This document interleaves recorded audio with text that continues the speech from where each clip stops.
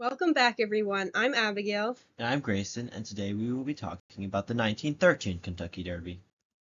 Let's jump right in. The 1913 Kentucky Derby took place in the newly renovated Churchill Downs racetrack on Saturday, May 10th, and a total of 30,000 people came to watch.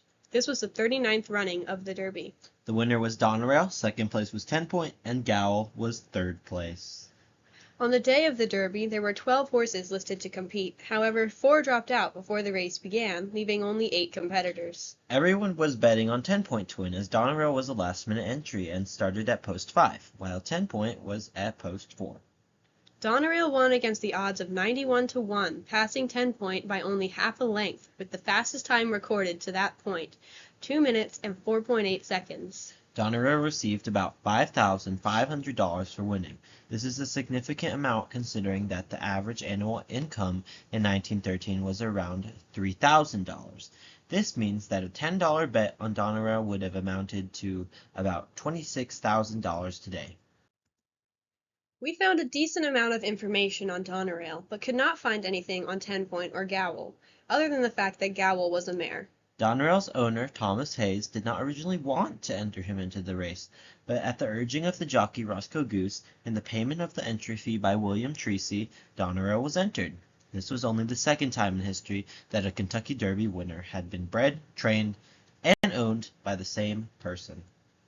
Donerail continued to race and made the leaderboard in all of his races until 1916, when he was retired to Glen Helen Farm. Here's a picture of Donerail after winning the Derby.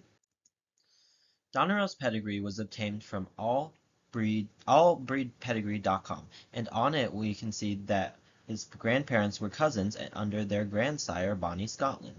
Bonnie Scotland was a British thoroughbred racehorse with 2 wins under his belt, one in Liverpool and one at Doncaster. He was injured during his Doncaster race, causing him to be retired as a stud horse.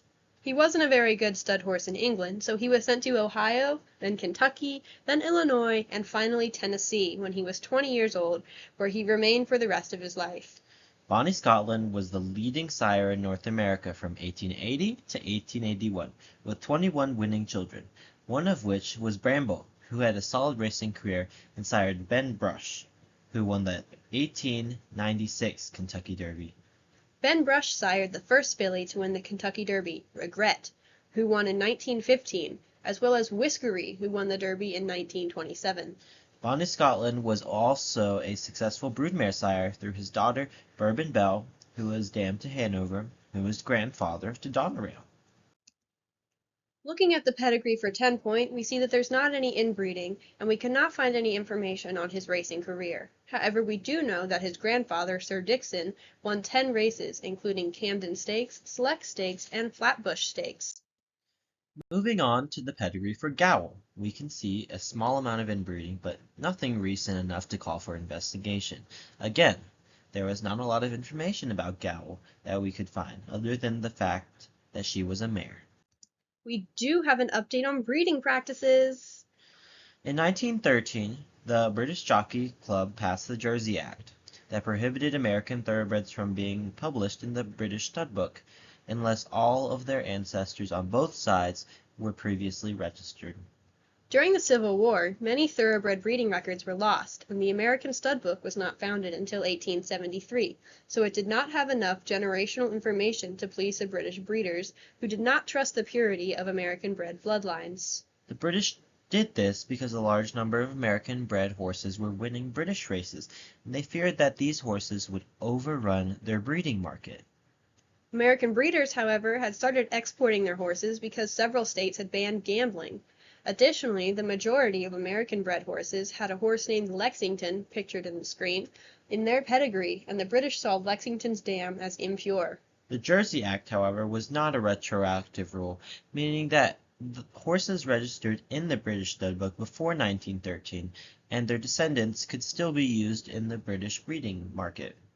It is not explicitly stated, however, this could be the reason that many American breeders stopped crossbreeding their thoroughbreds with Arabians. The British only wanted purebred thoroughbreds in their stud book, and Arabians would have been considered impure. Alright, time for a fun horse fact. Our fun fact this week is from horseyhooves.com. Yes, Our fun fact is that male horses have a greater number of teeth than female horses. Male horses were more likely to develop wolf teeth in the wild, giving them 40 teeth, while mares only have 36. As the horse evolved to be a grazing animal, the need for wolf teeth decreased, and these teeth do not show up as commonly anymore. Yes, and if a horse is born with wolf teeth, they will start to show signs within 5 months of age, at which point the owner could have them removed as they will interfere with the bits.